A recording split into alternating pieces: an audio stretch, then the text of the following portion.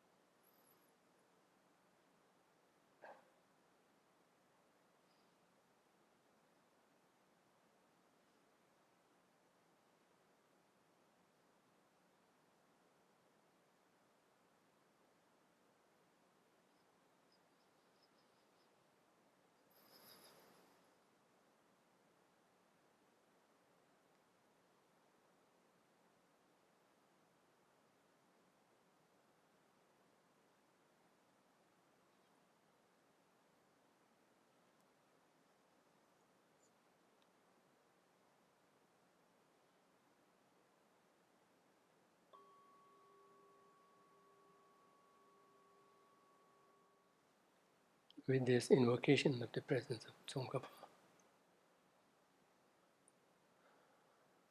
if you feel comfortable, imagine his presence in the space above us and try to recall his life story, particularly focusing on his human portrayals that we find in some few texts, including particularly the latest biography on Tsongkhapa by Geshe Tutenjimbala, called Tsongkhapa, a Buddha in the Land of Snows.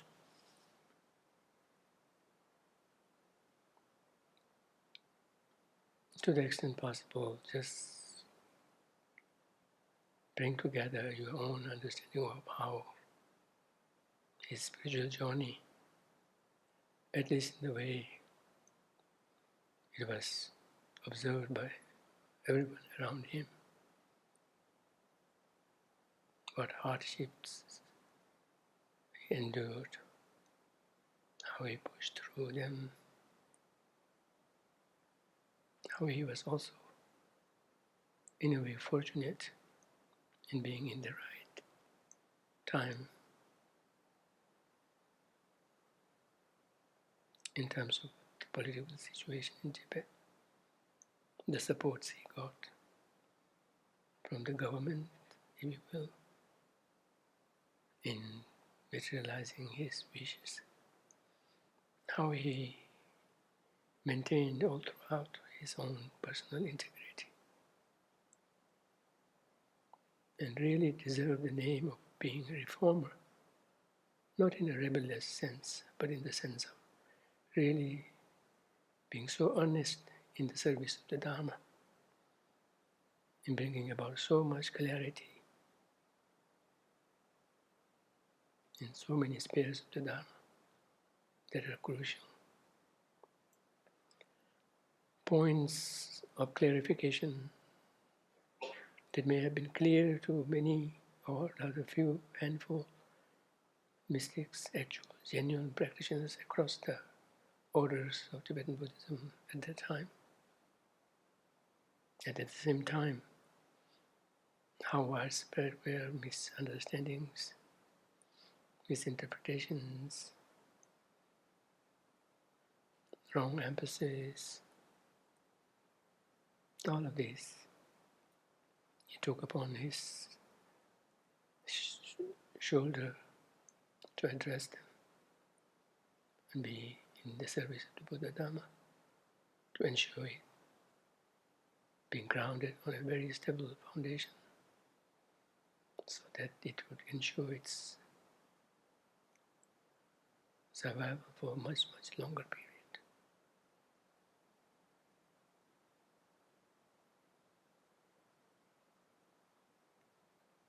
His whole life was an example for us as a spiritual aspirant, which is summarized in the Gandhin Lajema prayer, the 100 deities of Tushita,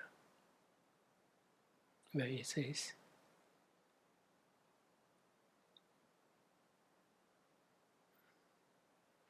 Nyingme Duder Mangtu Tubla Zun, Chöye Pangbe Tenjo Tuyo Je, Gumbu Chöye Lapchen Zabala, Taja Sambatavi Rango.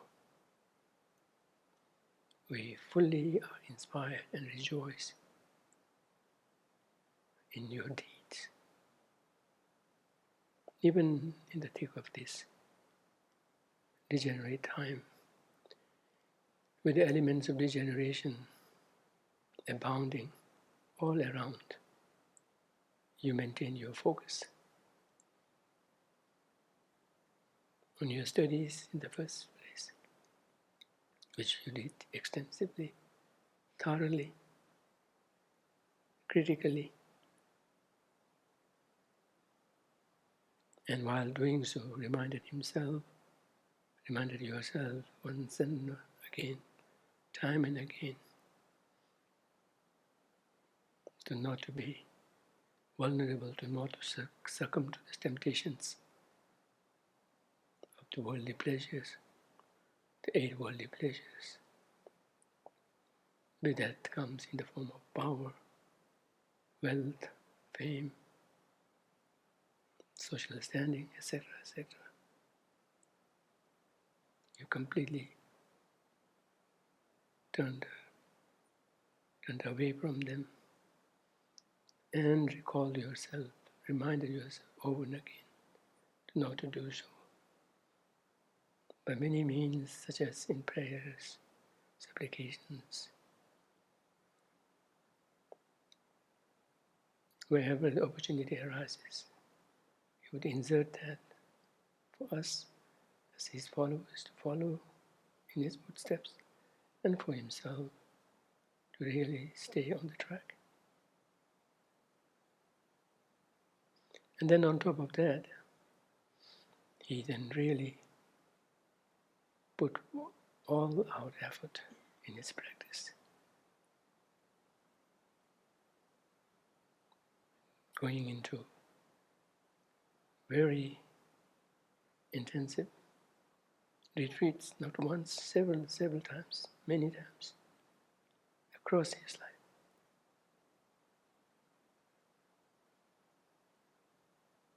In between his studies and reflections, critical thinking, all resulted in seeing the entirety of Buddha Dhamma squarely addressing the grievances of the samsaric sentient beings, showing a path, a holistic, complete path to a way out of it. Once he came to that point, as lucky as he was being instructed by Manjushri, and also from his own understanding, he committed to very intensive, long retreats, leaving aside everything. And then eventually all these practices ripened, came to fruition, not just in intellectual understanding, but in actual experiential realizations. Then that he cared to put in writing. And it's so much clearer in many of his writings, but particularly the major text, that he waited until he passed 50, within the next 13, 12 years. He gave this gift of the major text. Not just about everything, but where he needed to write, where he needed to bring out the clarifications, where he needed to share his experiences. He did this. To the point that these days when people study them, they could sense that the author is speaking from his experience, from his own experience, not from us just quoting this text, this text, this text. Those quotations were only a way of spiritual support so that people will rely on them, kind of take them as authentic. But the more element of authenticity is imbued in the experiential element needed in them, permeating them.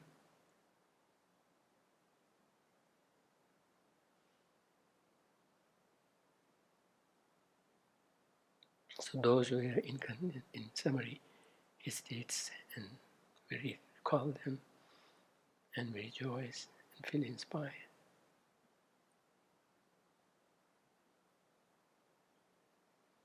Reflecting along these lines, I feel a sense of gratitude, inspiration.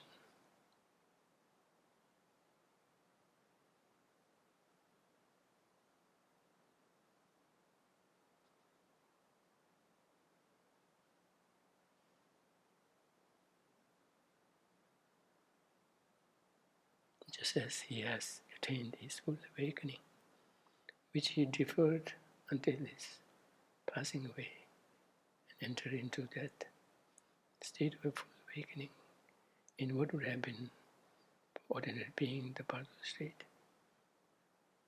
So feeling inspired by that, and also inspired by his putting others before himself for greater purpose, far-sighted reasons. Feel inspired by them. And also let this become a special impetus for one's own practice, integrity, so that one could also follow in his footsteps, rise up the ladder of the progression, and become fully awakened for the sake of all sentient beings.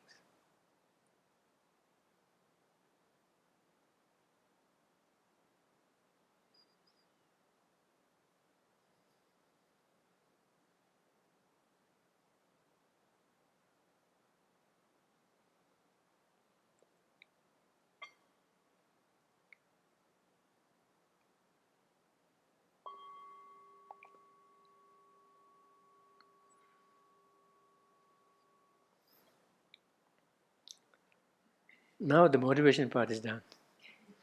My job is done. Now it's up to you. how you want to use it. Well, I'm really, really thankful for this opportunity. The very idea of getting to speak on Tsongkhapa's life gave me an opportunity. I was, what is the expression? Lighting the 11th hour. Burning the midnight oil. Last night when I went to sleep, I must admit, so sorry. It was midnight already. But I was filled with awe because I just given myself this opportunity to read through one biography in Tibetan among so many. Very special biography written by his attendants who were attending on him while he was taken ill for 2 years, out of which he completely recovered. So during those 2 years, 2-3 of his attendants, who were themselves very good scholars, were attending to him, and they took the opportunity in undertaking, in doing an interview with him of some 21 sessions. So those were experiences that he shared by himself. Although the text in itself is very much focusing on the mystical experiences that he was sharing, but the very fact that it was coming from his own mouth was quite something.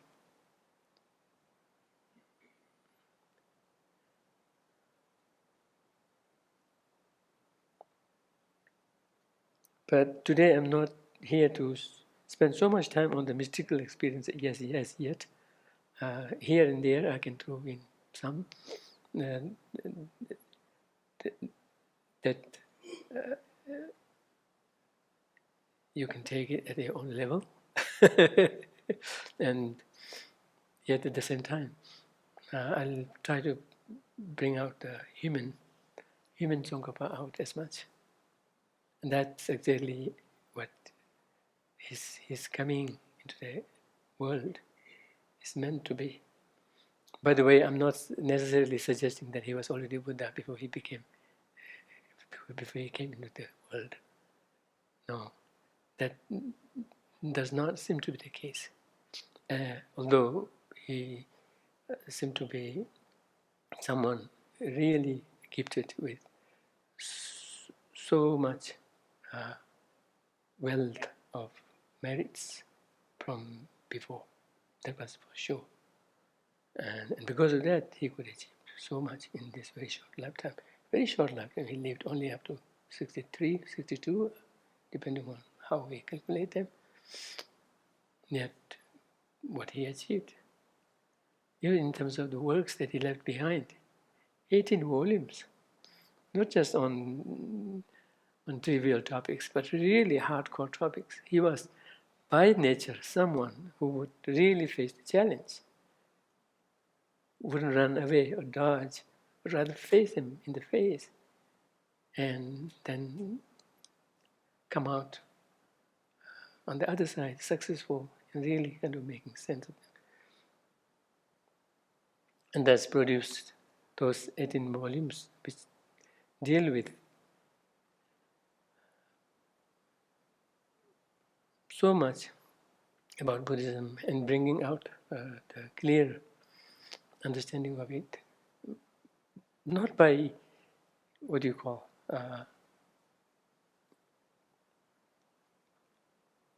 not by merely what is the word? Sometimes blank out. Not out of what is that word? Anyway, not out of whim, not out of his own impulse. Although those are not the words I was looking for, but close enough. So I can take some supports here and there. Yet kind of really grounded on his reasoning and then eventually on his experiences. There's a saying among the Tibetans, Matongna Pulati, Mashena Chelati. Matongna, if you haven't seen, if you do not see, ask Pu, Putun. If you do not understand, ask Che, Tsongkhapa. So that clearly speaks up how you are not merely pursuing white reading, but really tackling the. He was kind of almost like chasing after the hard points where people might get wrong or could have already gotten wrong, and thus he would kind of push the boundaries of human thinking, thoughts, language, etc., in conveying, understanding, all of that. So that was the nature of his work.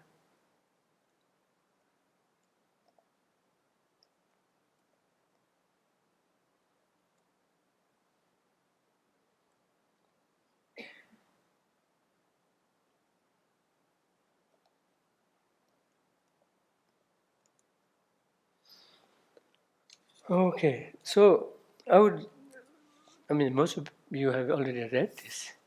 Many have read this, right? Oh, then that's very good. This is a wonderful, wonderful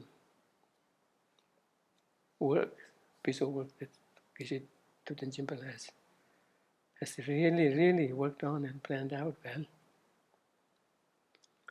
And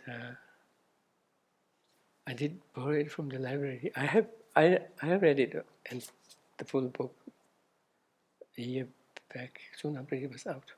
But this time I borrowed and could not read a single page, but knew where I might read from, just on the breakthrough, the eureka moment with regard to the emptiness pathway. Otherwise, it would be hard for me to pick up any other areas within this book. This is really something I recommend. And it is very essential. So to a great extent, so much could be learned from the biographies. And I don't know here, but here you didn't seem to share so many of the biographies, readings like that. But in the great spiritual seats of Ganden Sera and monastery, Ganden Sera and Depong monasteries, we don't have the biographies within the curriculum syllabus. Now things have changed. People have woken up.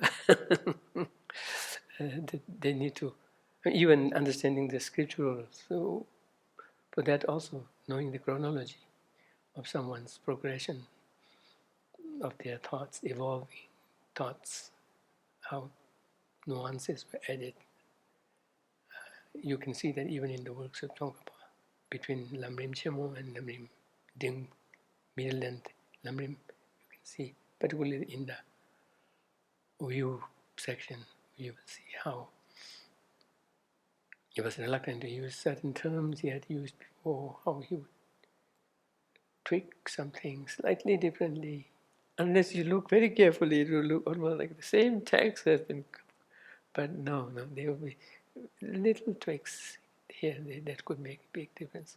So those are all reflective of his refinement of his understanding. So there was a process of how he evolved, even with regard to his view, understanding, and likewise with others. So, as you all know, he was born in 1357 or 1358, depending on what calculation you follow, Tibetan lunar calculation or So the same case with when he passed away. The general understanding is in 1419, but if you push the year of his birth by 1 year forward, then his passing would, in the common era, would come to 1420s. In any way, he was born in Amdo, and there are many stories about, miraculous stories about what happened soon after his birth, etc., etc. Maybe mention just one of this, the initial, and then some would be part of the narration that I would not be able to avoid. Other than that, I will not indulge much into the mysticism that itself is covered in so many of his biographies, and particularly this one, which was a compilation from 21 sessions of interview. They cover those a lot. So it's said that when he was born, from his umbilical cord, a drop of blood dropped, and that on that very spot, a Bodhi tree grew with the leaves carrying either the D syllable or any other syllable associated with Manjushri. And his mother, not only was that the single miraculous things, there was signs before birth in terms of dreams, etc., in terms of people approaching them, people with high spiritual realizations approaching them, etc. But this one, on that spot, where the tree was growing, just around that, his mother established a stupa in memory of that. And eventually that stupa got replaced by the present Kumbum monastery, which was founded by the third Dalai Lama.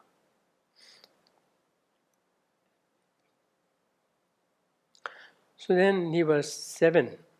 He was already being eyed, if you will say. He's already being eyed by some masters to take care of, because they have already seen some signs of his being special, and they have been verified. This particular master is the one who became his mentor for the rest of his life, either being with him or being far from him, but nonetheless always kept receiving instructions or whatnot. Cheje Tundu Rinchen, also from an Amdo, who might have been Kadam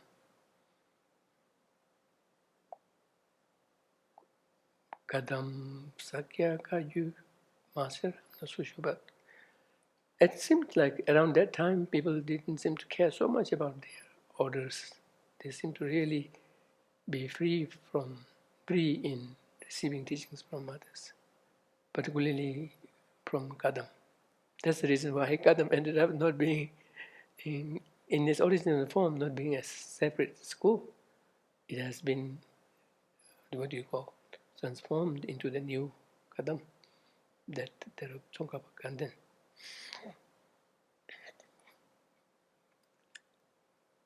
So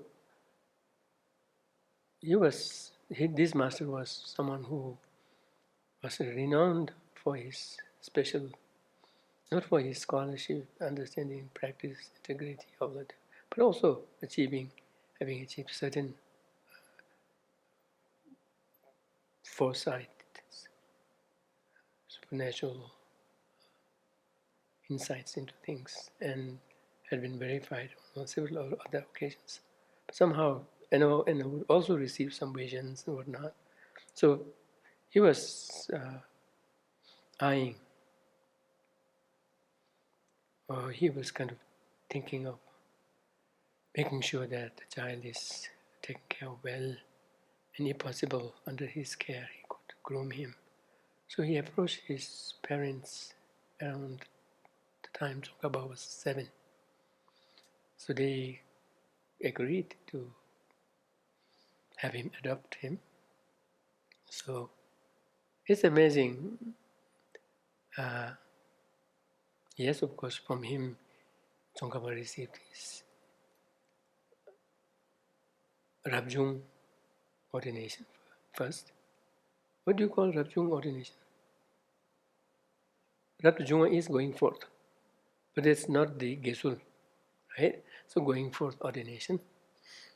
And then eventually the Gesul Shamanera Nara ordination from him and got the name Tsongkhapa. But before that, when the child was just 3, we did one of the Karmapas, the 4th or the 3rd Karma Rebetoje, who was back on his way from China, went through Amdo area. He also saw something special in the child, and whatever might have been the reason in bringing the child to him, and this relationship ended up giving him the Genyen ordination, the Anagarika. So he became Anagarika at 3. Is that possible? Okay. So he was Genyen. That too was Yongzo Genyen, taking all the 5 precepts. Not celibacy yet, but Yongzo Genyen. And then at 7, so up to 7, he was in his long hairs, rags, and maybe tattered pants, running around. And then around 7, this Lama came, approached his parents, and asked them to entrust the child to him, entrust him with the child. So they agreed. Of course, the Lama also came with several gifts. But the Lama was very well known, very well respected, and he even, they were themselves witnessed some supernatural happenings that they could not deny, and at the same time had faith in what the Lama might mean by asking for that, by going to that land. So for the first 7 years, he was with this Lama in person. So during which he received his going forth and Gesul ordination. And that happened to be at Tsongkhapa, Garuda Monastery. Not that I know, I have seen, I've never been, I cannot say I've never been in Tibet. I was born there, as I knew from my father very late. But I was just barely 3 months old when I came when I made the journey. So it's very, very possibly, or probably, with more probability, I might have made my journey in their pouch, like a kangaroo, or on the yak's back. Sometimes when I see carts like that, I would identify myself. Oh, snuts, hairs in matted form. Or chubas with animal fur inner, right? Not washed. Because in cold it doesn't matter much. Yeah. So His Holiness was also making joke about that.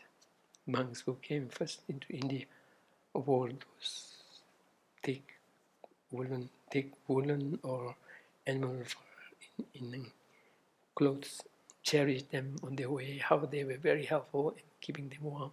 Once they landed in India, the suffering of change was very apparent. They couldn't wait to get rid of them. Where to throw, how to throw, because it was smelly, all that was. So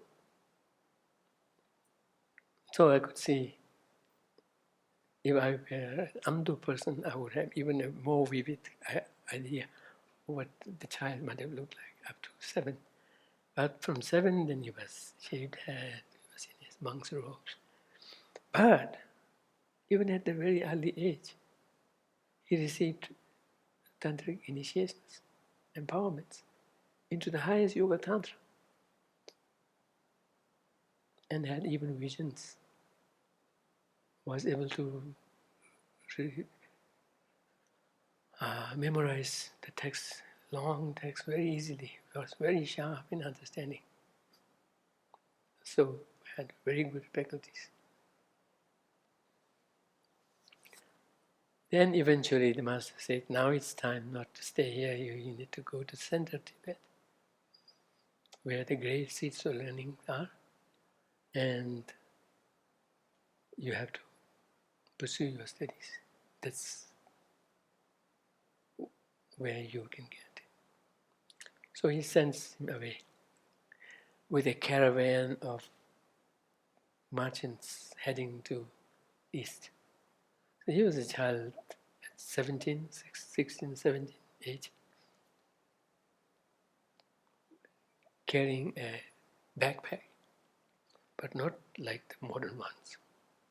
A backpack with what do you call, wooden, wooden back frames. Maybe possibly with a stick, maybe not. He was young.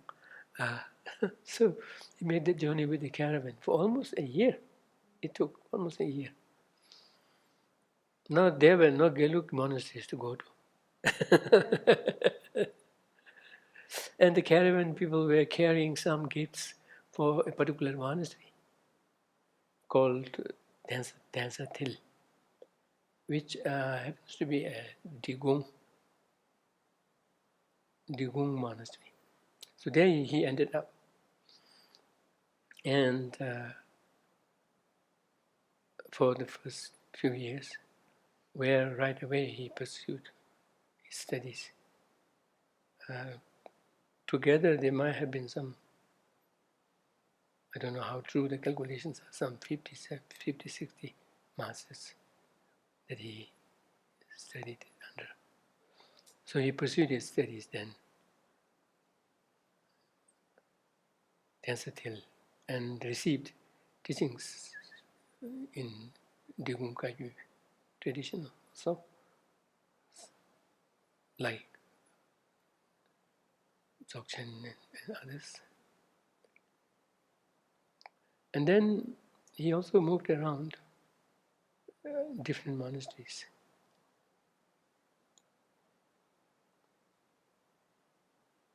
So later I will leave some questions, answers, and for that I have the support of a timeline that I have built. I'm not an historian and to be able to do everything.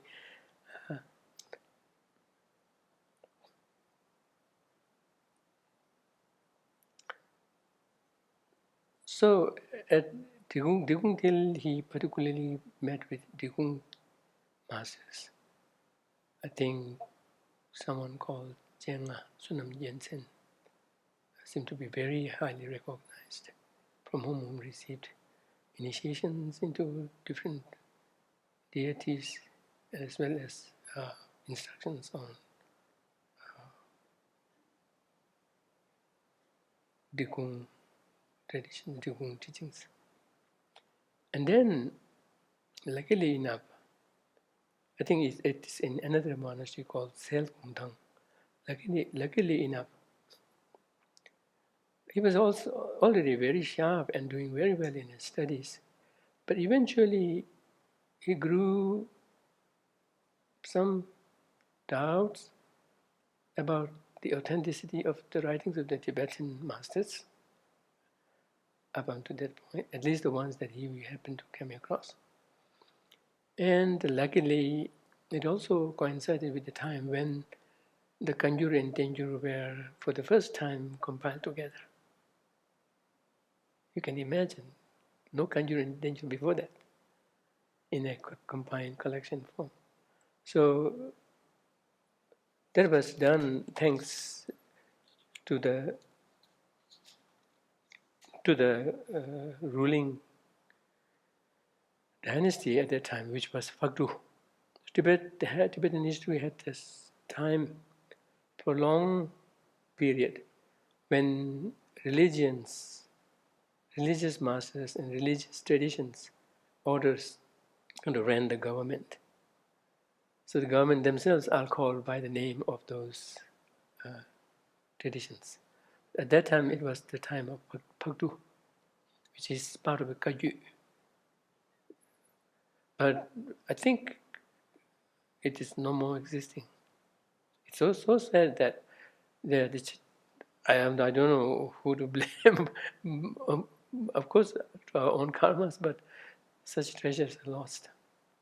Whole order, losing a whole order would mean not just one text, but a whole series and lineage of teaching, which would have so much gems of teachings in there. Because the beauty about the different order is how they approach the same thing in different ways, how they put them into different ways. Like the Gampopas, Gampo Cheshi, the four dharmas of the Gampo, it's so pointed, which is Chuchu Sudo. May my dharma become dharma. What you think you're doing in dharma can actually turn out to be not dharma quite. So he calls for reminding oneself, checking that one's dharma stays dharma. May the dharma be on the right track. Not just dharma being sufficient to be dharma, but being on the right track. Right track in the sense of being complemented with an understanding of emptiness, so that it will go on the right track to cut through the cycle of cyclic existence, not go around in a barely dharma way, right? Barely dharma in the sense of capable of giving rise to higher rebirth and whatnot, but not quite on the track of being cutting through the bondage. So that's Chulam Dudosho. Lam Chua Shivasho. So may my dharma remain dharma, may the dharma remain on the track. Lam Chua Shivasho. May the track be free from tulpa, mistakes. But here the mistake is from the Bodhisattva perspective. If while being on the right track to be free from samsara, one is stuck with the determination one is stuck with one's own individual personal liberation, then that would be, at least from a Bodhisattva practice, being on the track but having made a misstep. So that he prays to avoid it, or he points to his disciples to avoid it. And then, may even the misstep, eventually turn into wisdom.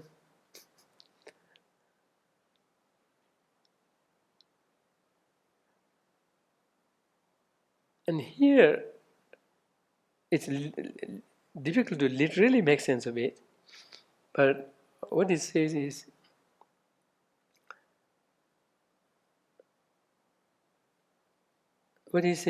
that may the tulpa not the same tulpa as before in terms of making the short-term choice, but rather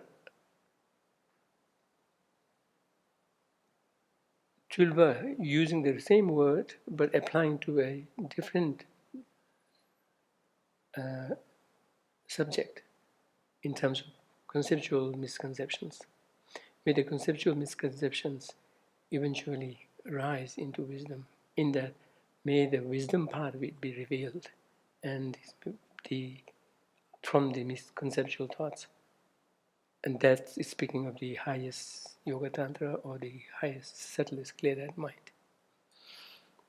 So it's prevalent in all the teachings, yet it is approached in such a way, in such a succinct way. Likewise, you will find the same thing in Sakya, the freedom from the four clingings, from the Garji and others, where they speak of Lodok Namshi, the four Lodok Namshi, the four aversions, right?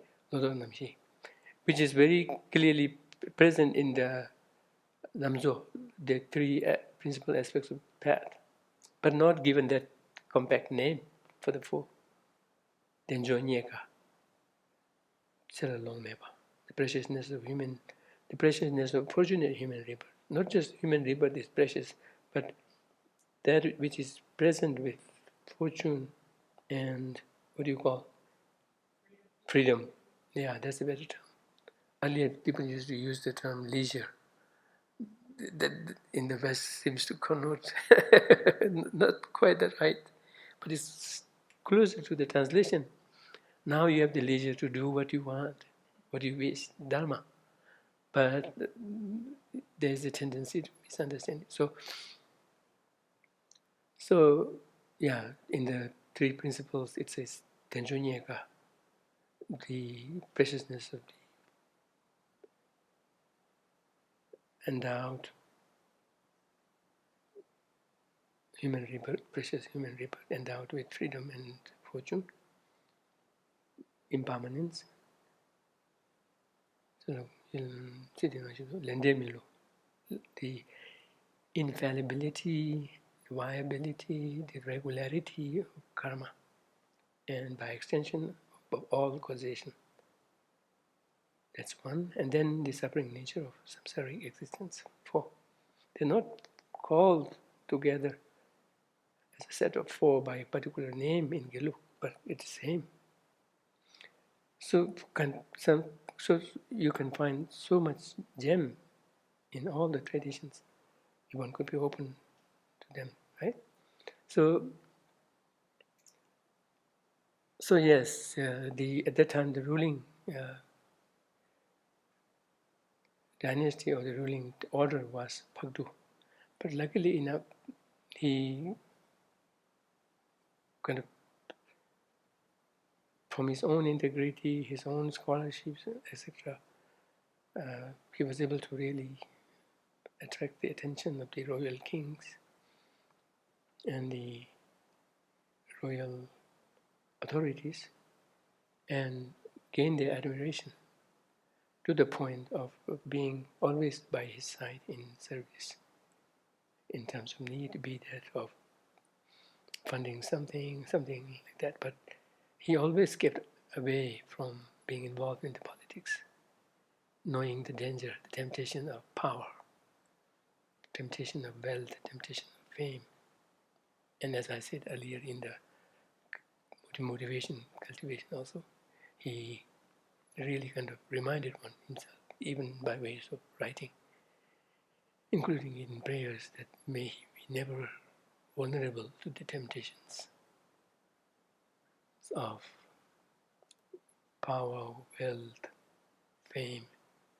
He doesn't mention the sexuality part of it. Maybe there was not a problem with him at all. It wasn't attracting him at all. But those get mentioned there.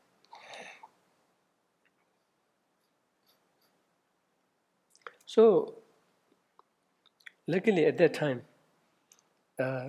with the royal authority being very supportive of Dharma in general, in particular with Tsongkhapa's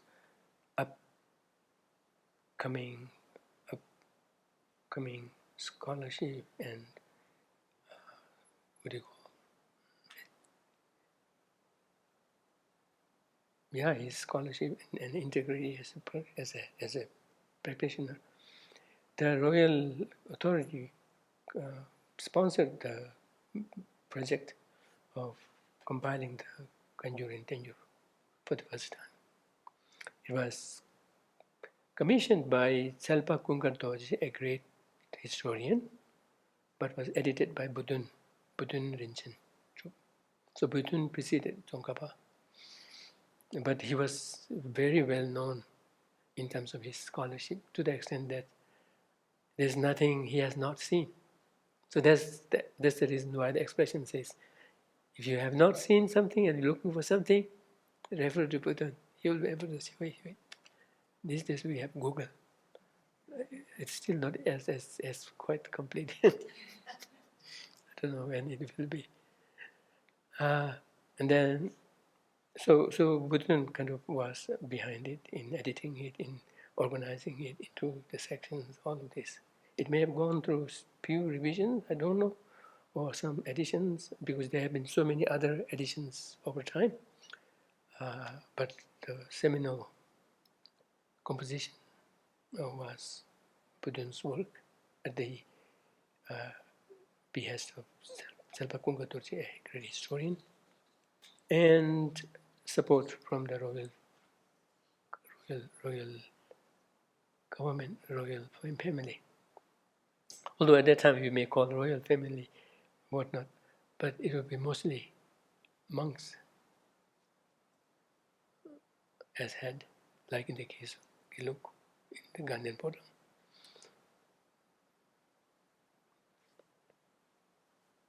So what he did was, he was growing in the course of his studies. He was growing more and more uncomfortable with the Tibetan texts written by Tibetan masters, more so of the original works of the Tibetans, not translations, but the original works of the Tibetan masters.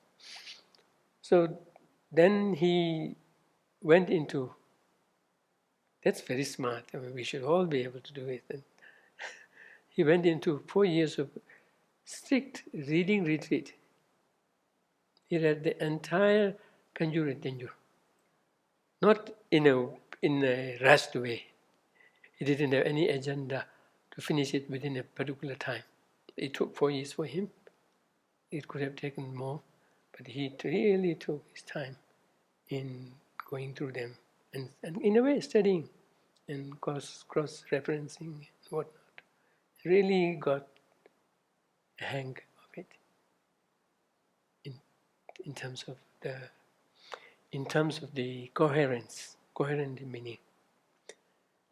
And this is something that I was lucky enough to even witness in some of our giant masters. When I first entered into the monastery, we had abbots and ex-abbots from the older generation. Most of them who have finished their geshes there. Their quality of geshe is very different from there may be some exceptions today, but there is a marked difference. They would have devoted their whole time with all the faith and devotion and in merit accumulation, all of this, to such a point that the mind is so sharp, receptive, smart, critical, curious, whatnot, that they could really, almost like, consolidate the entire 5 sciences and see them very coherent in terms of their message, but more so in terms of their place in practice. It was so amazing to see them in overseeing a debate when they would support or ask questions. Sometimes the questions will be between themselves. It will be so amazing to see what level of understanding you can reach. There is this room there in Buddhism where you could really make a very coherent understanding of the whole and being able to really tell what place something falls in terms of being interpretive, definitive, what the purpose behind that is, why that was presented, what actually it should be, etc., etc. So in those terms. So Tsongkhapa went through this 4 years of reading retreat, very extensive, voluntarily, right? Voluntarily. And when he came out of that retreat, he was a totally changed person. In that his understanding was far ahead of everyone. And that might have been when he was 28, 29. And in the course of his retreat, he was already making notes and compiling into text.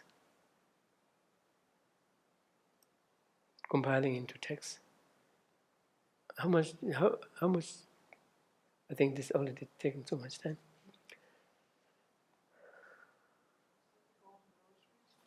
Yeah, he was already starting to compile it. That's the Golden Rosary. And when he came out of the retreat, he had already finished it. And that really kind of made name for him in terms of his scholarship. And in terms of how he approached the topic, how wide-read he was, what was the reasonings. He was even questioning Indian masters also, let alone Tibetan masters. And he would have scriptural backups, and also the other the reasonings behind them, etc., etc. So it was up to this point a totally remarkable work, and in the field of Prajnaparamita. So it's a 2-volume text covering the entire topic of Prajnaparamita, perfection of wisdom, but covering the works of so many Indian masters and cross-referencing them and critically examining them and kind of making so many of the understandings more clearer and like that. And as Kutub Jimbala also brings up, he says that that many of the modern literary standards and academic texts, critical analysis and literature reviews, they are all in there. It's amazing. Even we have been alerted to this when studying Tsongkhapa's text. He's so economical in his usage of the words. He would not use any superfluous words. Even if it be shen tu, shen ne. So if he's saying, this is explained in some other text, the way he would say the other text, by either you say shen ne, shen tu, will make a sense, will make a difference of whether he is referring to other of his own work or others' work. So to that extent, he would maintain that consistency and explain things. And then the words are not superfluous there. Each carries a meaning there. So, long story cut short, I would rather more focus on what his contributions were. Yes, by the way, I don't know who may have first come up with this. Maybe Kitubje. He wrote the first book length or biography of Tsongkhapa. He was one of the 2 principal disciples of Tsongkhapa. He was the younger one. But he came to meet Tsongkhapa. He came upon Tsongkhapa only when Tsongkhapa was 50, much later. Gyaltsabje met Tsongkhapa when Tsongkhapa was 40. So in any way, Tsongkhapa's main contributions in the way it is counted might have been in Kyoduj's text. There are 4 of them, right? One of them is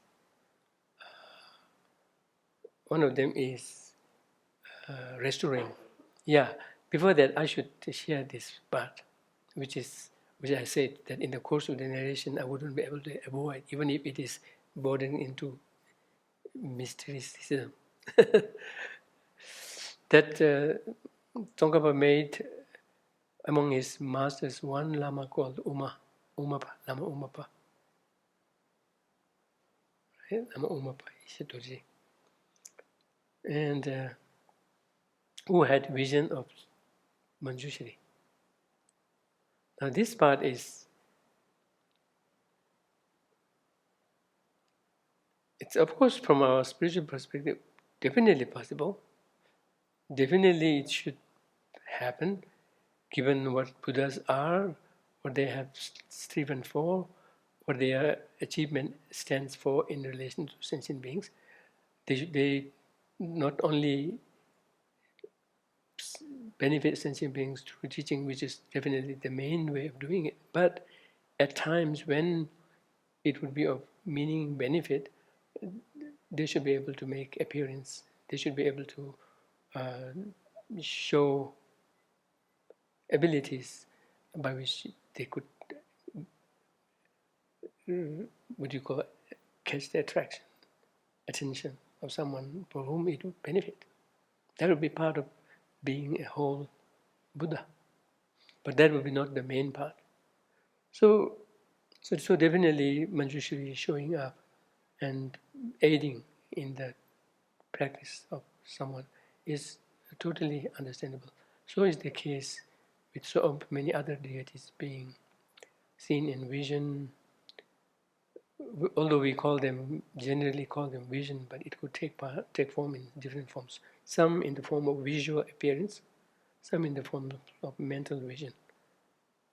Mental vision also, it could be sometimes mental vision in the sense of seeing it within oneself, but seeing it outside, but not through visual sense consciousness, but through your mind. So it could take place in so many different ways. So this Lama Umapa was having this vision. But given the hard-headedness of Tsongkhapa, not really easy to buy into anything that people say, not even his masters, when it comes to the view of the understanding of emptiness. He even differed with his master, main Uma teacher, Rendava, with whom the relationship kind of evolved from teacher to colleagues to eventually reversing the order or being co-teachers to each other. So there are records of their correspondence between them which clearly represents the evolvement of the Uma understanding. And that's one of the main focus of Tsongkhapa, and we could say a great contribution by Tsongkhapa in really bringing up that clarity. And that experience itself is surrounded by some mysterious happenings in terms of dreams and whatnot. But the hard work always fell on him to do it. It was not that from Manjushri would do it, or they would do what the Buddhas can do in terms of showing the path, or at least in this case, by showing their being itself also. But nonetheless, ultimately it boiled down to teaching the path and following it, pursuing it, practicing it. One had to do it. So I'll come to the four main achievements of Tsongkhapa. But I mean, around 30, 40, around 30, even before that, he was teaching extensively in gathering students. And with the aid of Lama Umapa, he was able to check with Manjushri. But he didn't take Manjushri or Lama Umapa's word that easily. He checked by asking questions through him and waiting for the answers, and then checked them with the scriptures, and that's how they verified, and then slowly accepted that yes, it could be relied. And eventually, he himself began to have actual visions of Manjushri. By the way, depending on people's disposition, etc., karmic links, whatnot, Manjushri that appeared to Umapa was different in color than the one that appeared to Tsongkhapa. The one that appeared to Tsongkhapa was more orange in color, but the one who appeared to Lama Umapa was little dark in color.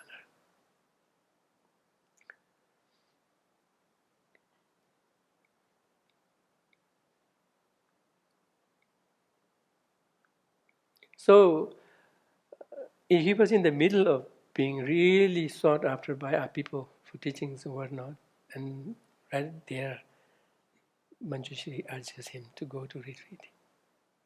First, he would give him many teachings through Lama Umapa. And then eventually it came to a certain topic, but I think it is about the emptiness part of it. How to make the two be complementary. How to see the one in the other, namely the emptiness and dependent arising. Or the world of diversity, the world of function, operation, the real world. How do you make the two? Instead of letting understanding emptiness kind of almost sliding into nihilism. And when you uphold this, you cannot uphold this. When you uphold this, you cannot uphold it. You have to alternate the two. Although we have difficulty understanding it. When we are focused on emptiness, we kind of make some sense. Maybe through the support of the scriptures, we kind of understand something. But then when it comes to really making dealing with actual real life situations, they seem so concrete that they could not be just mere label. Whereas they are so regular.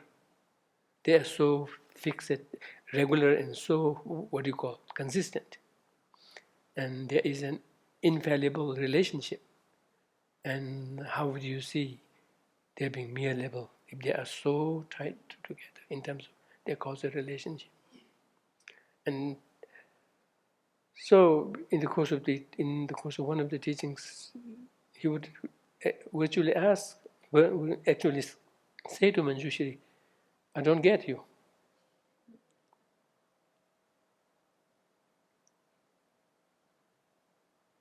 He says, "Be patient. Take note of what I did. Refer to them once in a while when you need it. But for the time being, go to retreat. Leave everything behind." Lama Uma was shocked. He was being the medium, and he was telling him, and he would say, "Did you really mean this? How could you leave all of these students? Who would teach them? That would be detrimental to the Dharma, to the benefit of others." Manjushri said, "Shut up. I know better in this regard. Just do what I say." So Buddhas can be stern when they need to, when it could work. But out of compassion. So that's how, and even the students he would go with were even, handpicked by Manjushri, right? So that's how they ended up going in a group of 9 with 8 of his core disciples. One of the disciples, by the way, is very interesting, by the name of Tongden Jambe Jeso, who was 1 year older than Tsongkhapa, yet at the same time was already having a vision of Manjushri, and was also doing some Sakya practice. So anyway, when they left for retreat, Tsongkhapa was very strict as well, very clear, very serious about it, to the point of making everyone leave behind anything to do with Tantra. No Vajra, bell, maybe not rosary, I don't know.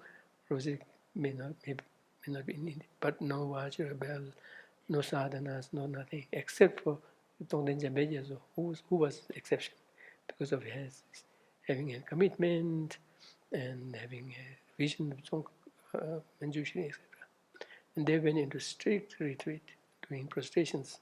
Some accounts count 350, 100,000 chas. And there are still pictures. I could have done a video show here of Tsongkhapa's statue, which he looked at and said, "This looks like me." And the place where he did his prostrations, to the point his hands became bleeding. And from mandala offering, the hands were soring. So they did very strict retreat.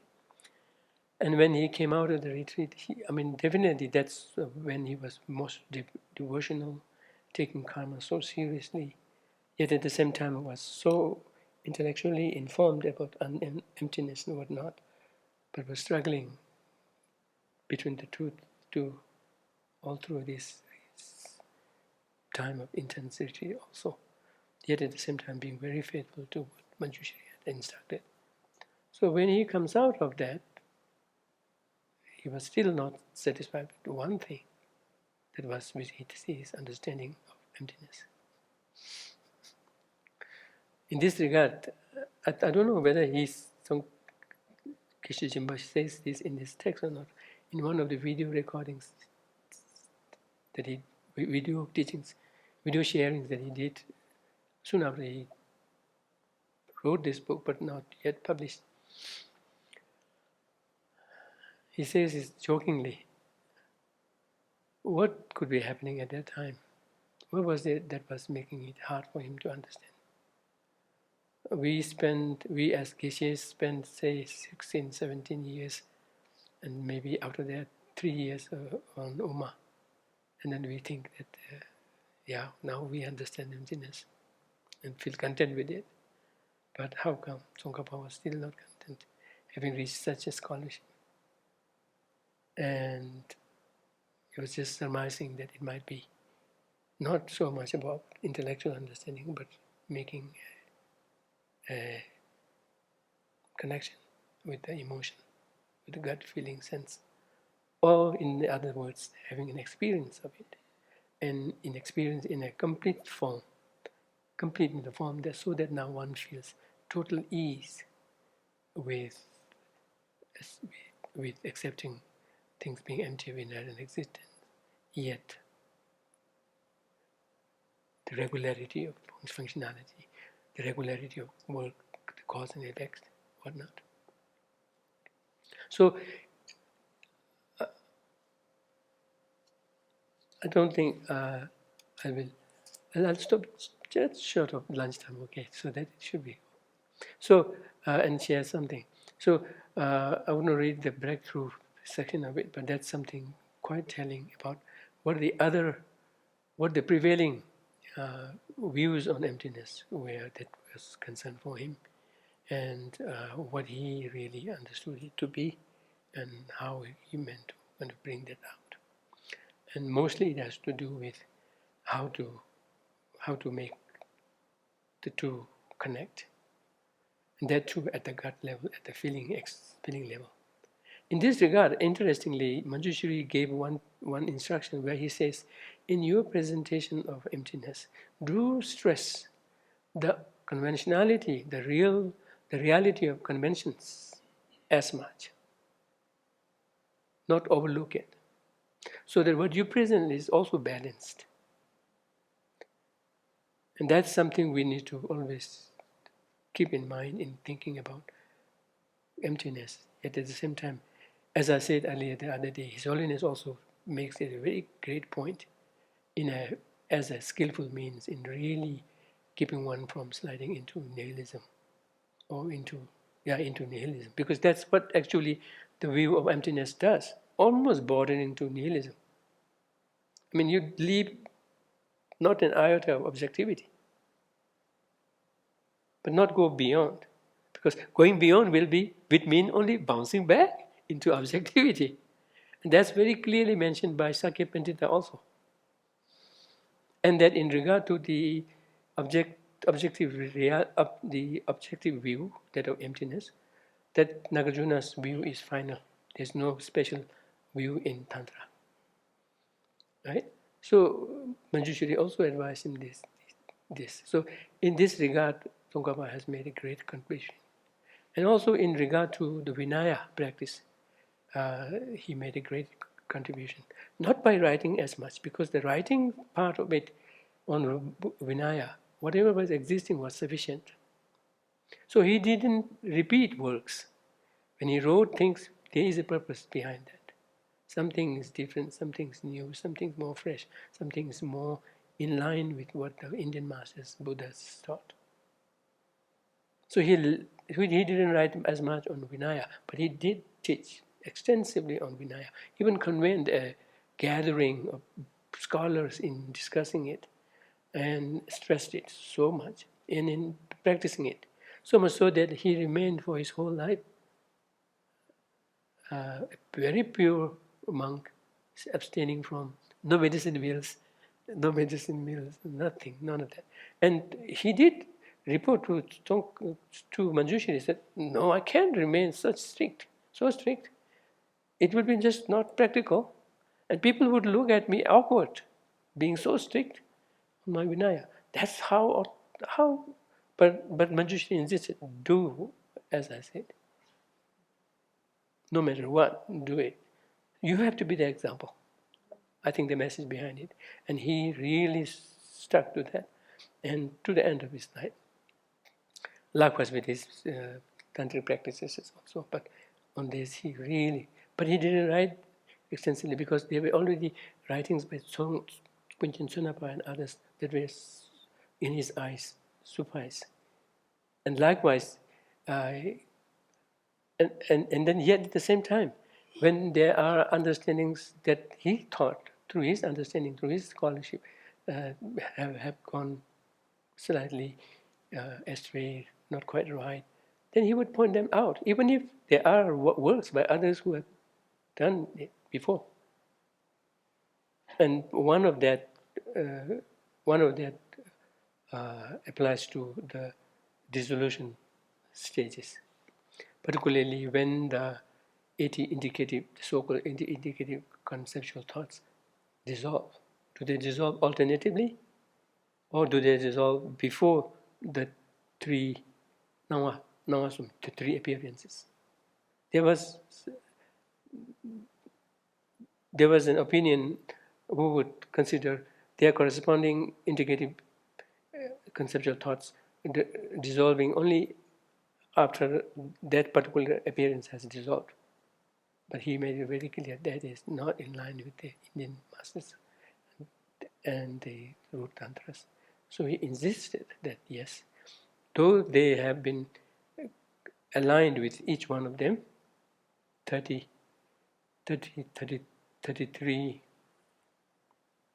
of the first 40 of this, I think, 33 of the first, 40 of the second, 7 of the third, making into a total of 80. But he insisted, no, the indicative thoughts themselves should dissolve first. And likewise with the Kedor teaching, Kedoji, Heruka teaching, he didn't write as much, because those were quite sufficient. The one present in the Sakya order was already sufficient. So that way, so what he did, what I'm making sense here is, he did utilize his time, not just in his own spiritual growth and awakening, which he succeeded in, yet at the same time making a contribution to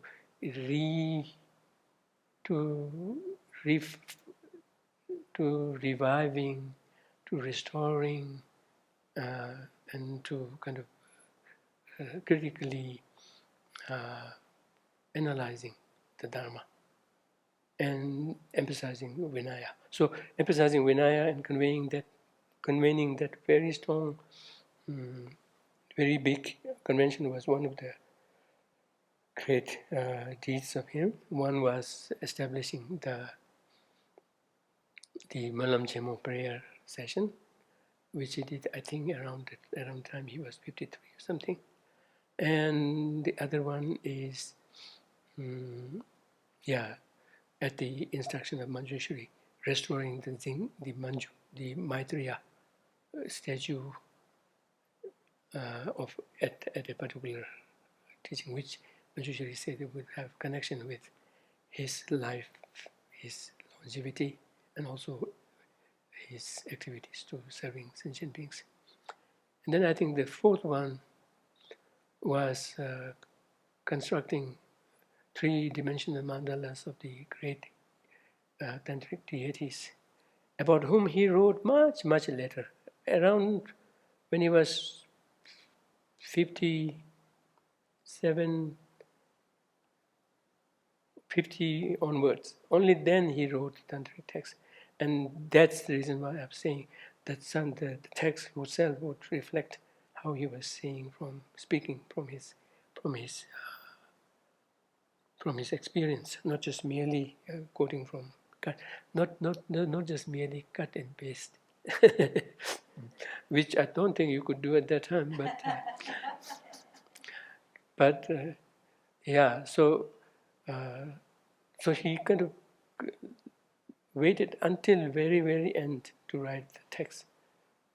And so goes with Lamrim Chimu and his major text on the view successively. Even among them also you could see successively how they become refined. And then the last one on the view he wrote was not an original text but a commentary, which is entering into middle way, a commentary, the illumination of intent. So that's something to look at. Yet at the same time, one should be aware that the earlier text that he wrote, he wouldn't repeat as much unless necessary what included in it. So one should be able to know the sequence of them in chronology and study them, and then notice the nuances, changes there.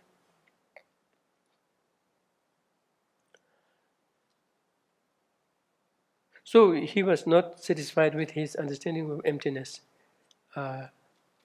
And what makes sense by that is that he was not able to connect with it emotionally, experientially, make the two work together. And that was bothering him, concerning him, and he still persisted in his studies. And then at one point he had a vision of the 5 teachers and students of Nagarjuna. Though in historical sense they are not all contemporaries, yet at the same time they were there. And from among them, someone known as Buddhapalita stood up and brought a text. And then in some cases they gave it to him and said, take care of it. In some cases, in some texts it says, he just laid it on his pillow. And the next very day, someone did come with that same text and offered it to him. That's when he saw the significance of the dream. He took it seriously, studied it. Around chapter 18, it struck him. The Eureka time came. So everything made sense. There was not a single part of it that was any more problematic. He was at ease. With that ease, we'll also just stop here and make it short dedication.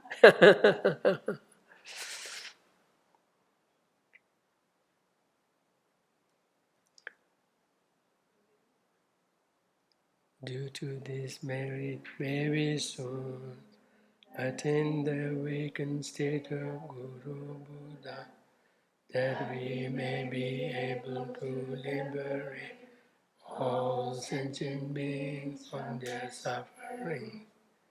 Make the precious body, mind, not yet born and rise and grow, and then born and no decline, but increase forever. May I indulge in one more? May the precious view of dependent origination, equating to the emptiness nature,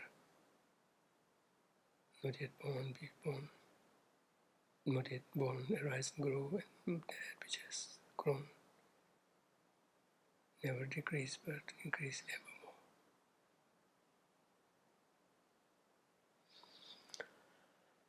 I said one thing. Tony Tower Rinpoche, my Jepanam Jechuchik, Jepa Nyamba Meba, Gong Gong to Pebble Show. This I heard His Holiness say that this was adapted by Tsongkhapa Rinpoche.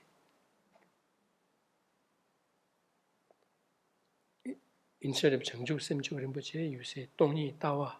Then all the rest is same.